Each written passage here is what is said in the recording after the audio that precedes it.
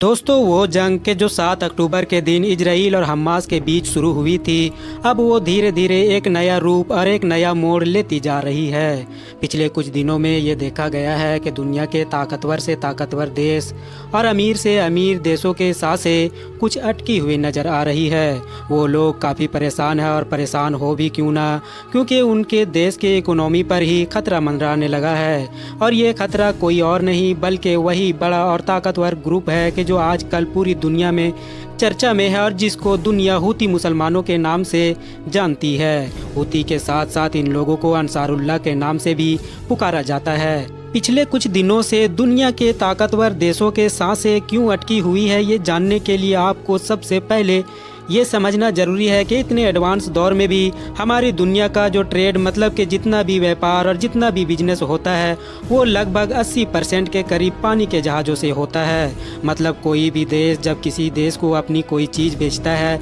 या उससे कोई चीज़ खरीदता है तो ये सब कुछ पानी के जहाज़ों से ही होता है। हवाई जहाज़ मतलब कि एरोप्लेन से इसलिए नहीं होता है क्योंकि अगर इससे ट्रेड किया जाएगा तो ऑलरेडी चीज़ें इतनी ज़्यादा महंगी हो जाएंगी कि हम उनको खरीद ही नहीं सकेंगे। और इसके अलावा सारे ही व्यापार के लिए हवाई जहाज़ों को इस्तेमाल करना ना तो मुमकिन है और ना ही फ़ायदेमंद साबित होगा। इसी से पता चलता है कि आज के दौर में व्यापार करने वाले इन पानी के जहाज़ों की और इन पानी के जहाज़ों के जो रास्ते हैं उनकी कितनी ज़्यादा अहमियत है। मगर पिछले कुछ दिनों से लगातार ये देखा जा रहा है कि दुनिया की एक नई और बड़ी ताकत इन्हीं रास्तों पर कब्जा करके और पहरा बैठाकर दुनिया के इन सभी ताकतवर और अमीर देशों को खुले तौर पर चैलेंज कर रही है। दोस्तों, जैसा कि आपको याद होगा कि वैसे तो यमन के हूती लोग इजराइल और हमास की इस जंग में बिल्कुल शुरू से ही कूद गए थे। उन लोगों ने शुरू में ही ऐलान करके मिसाइल्स वगैरह छोड़ना भी शुरू कर दी थी,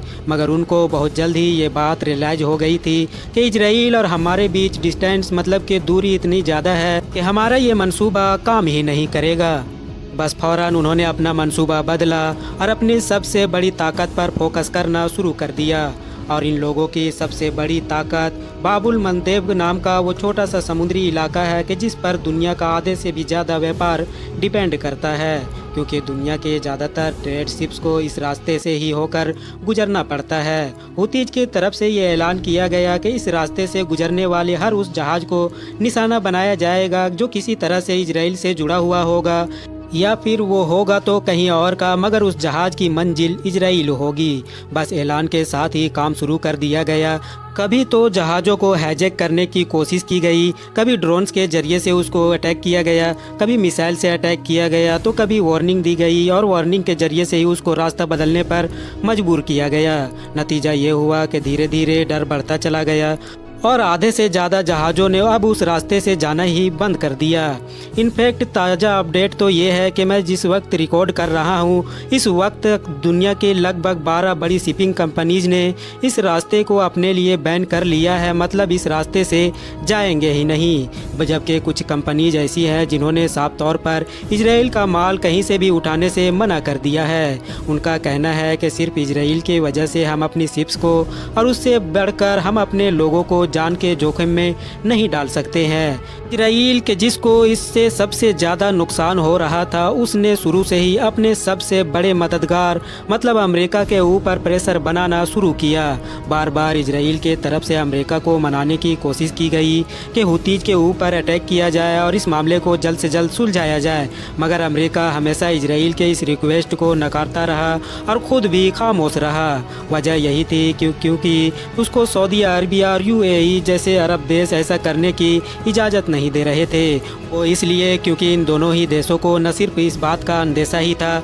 बल्कि हूतीज की तरफ से ऑलरेडी ये वार्निंग दे दी गई थी कि अगर अमेरिका या फिर उसके किसी भी दोस्त देश के तरफ से उनके ऊपर अटैक किया जाता है तो वो सीधे तौर पर सबसे पहले सऊदी अरबिया और यूएई जैसे देशों को निशाना बनाएंगे। सऊदी अरबिया के जो यमन के हूतीज से ऑलरेडी एक लंबी जंग लड़ चुका है, वो अच्छी तरह से जानता है कि हूतीज के पास बहुत ज़्यादा एडवांस मिसाइल मौजूद है कि जिस सीधे तौर पर उसके पूरे तेल के व्यापार को, उसके तेल के कंपनीज को और जितने भी पाइपलाइन वगैरह हैं उन सब को निशाना बनाएंगी। दोस्तों जैसे जैसे वक्त गुजरता गया वैसे वैसे न सिर्फ यमन के हुतीज समुद्री इलाके में कार्रवाई बढ़ती चली गई बल्कि उसका असर भी बढ़ा और पूरी दुनिया के पर क्लियरली दिखने लगा। इसका नतीजा ये हुआ कि अब अमेरिका की जो सुपर पावर वाली इमेज है, मतलब कि जो सुपर वाली छवि है सबसे ताकतवर होने की, उस पर ही खतरा मंडराने लगा। क्योंकि जाहिर है अमेरिका जैसे एक सबसे ताकतवर देश के लिए ये शर्म की ही बात होगी कि यमन से उठने वाला एक छोटा नया group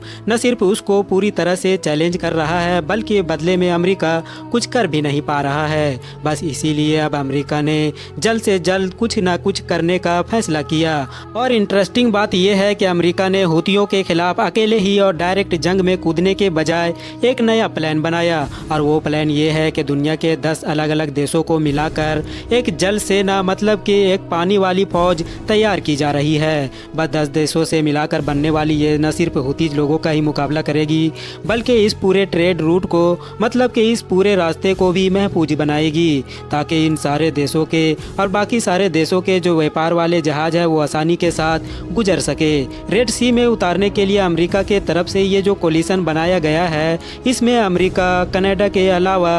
Spain, Netherlands, Italy, France, UK जैसे कुल 10 देश शामिल है। और हाँ, इस पूरे लिस्ट में वो एक नाम कि जो न सिर्फ आप लोगों को हैरान करेगा बल्कि शायद हिला कर भी रख देगा, वो नाम है बहरीन का, एक लौता मुस्लिम और अरब देश। वैसे तो दोस्तों पिछले कई दिनों से जब से ही इस कोलिशन बनने की खबरें वायरल होना शुरू हुई थी तब से इस लिस्ट में 2 और अरब देशों के नाम भी शामिल दिखाई दे रहे थे। वो नाम थे सऊदी अरबिया और यूएई, मगर बिल्कुल आखिरी वक्त में वो नाम गायब हो गए, या फिर ये कहिए कि इन दोनों देशों ने अपने नाम वापस खींच लिए। अब इन दोनों देशों ने ऐसा क्यों किया, इसकी पहली और मेन वजह तो वही है जो मैं आप लोगों को ऑलरेडी बता चुका है, मतलब ये यमन की धमकी और साथ ही साथ यमन के पड़ोसी होने की वजह से उसकी तरफ से हमला होने का बड़ा खतरा। जबकि इसके अलावा एक वजह ये भी है कि अगर ये दोनों देश इस कोलिशन में शामिल होते जैसा अमेरिका चाहता भी है तो इससे सीधे तौर पर, बल्कि ये कहिए कि ऑफिशियली पूरी मुस्लिम दुनिया में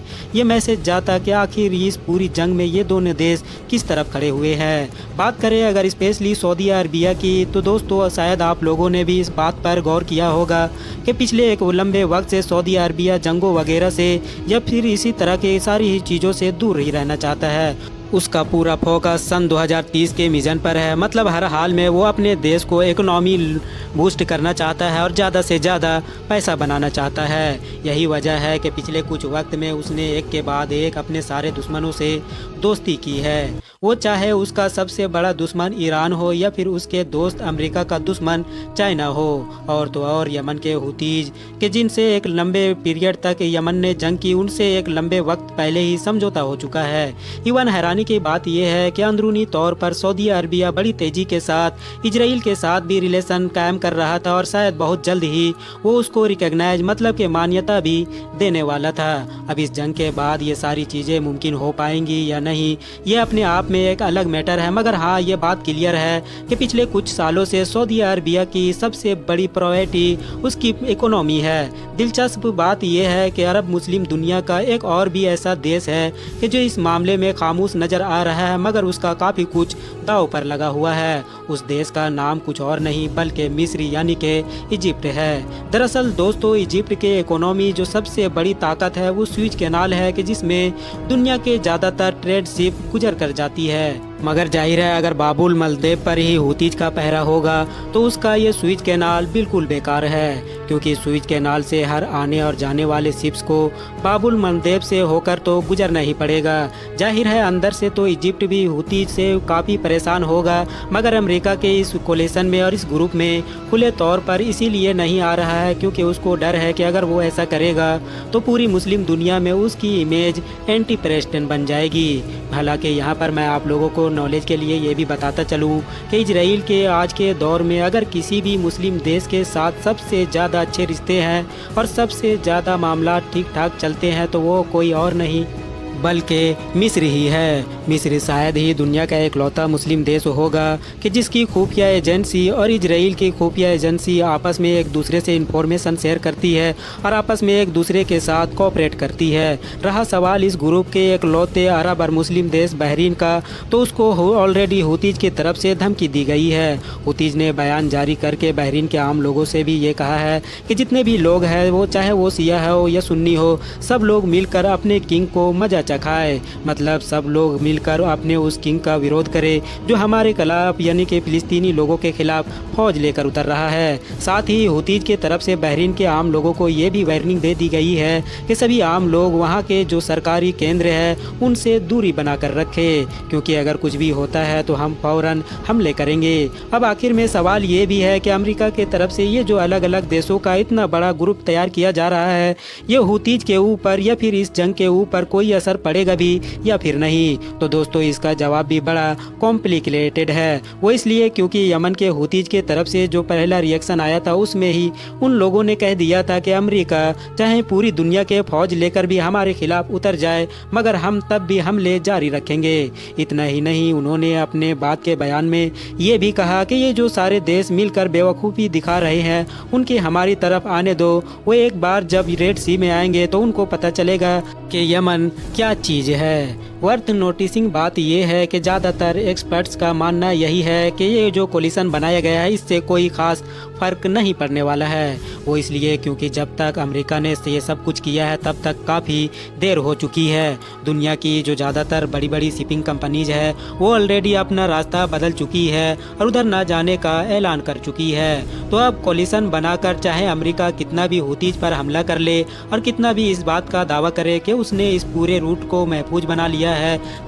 तब भी वो उन सारी कंपनीज को इस बात के लिए कन्वेंस नहीं कर सकेगा कि वो अपने जहाज़ों को उस रास्ते से लेकर जाए। वो कंपनीज उस वक्त तक इस रास्ते को इस्तेमाल करना शुरू नहीं करेगी जब तक इजराइल और हमास की ये पूरी जंग ही ख़त्म नहीं हो जाती है। इसके अलावा यहाँ पर कुछ और ऐसी फैक्टर्स है जो अमेरिका और उसके पूरे ग्रुप की मुश्किलें बढ़ाती है। मिसाल के तौर पर हुतीजी लोगों का लोकेशन, जाहिर है हुतीज ऐसी ज़बरदस्त लोकेशन पर मौजूद है कि जिस तरह के लोकेशन पर इस पूरे इलाके में कोई और मौजूद नहीं है, इसीलिए उन लोगों से मुकाबला करना लगभग मुश्किल बात है। साथ ही साथ इन लोगों के पास एडवांस हथियारों का जखीरा भी मौजूद है, जिसमें सबसे मेन चीज़ है उनकी ये एडवांस मिसाइल जो इनको ईरान, रसिया या फिर नॉर्थ कोरिया जैसे देशों से मिल रखी है। और इससे भी बढ़कर बात कि इनके भी जितने भी फौज है, इनके पास जितने भी लड़ाके हैं वो दरअसल वेल ट्रेंड है और उनके पास जंग का काफ़ी एक्सपीरियंस है। उसकी वजह यह है कि अभी कुछ वक्त पहले ही इन लोगों का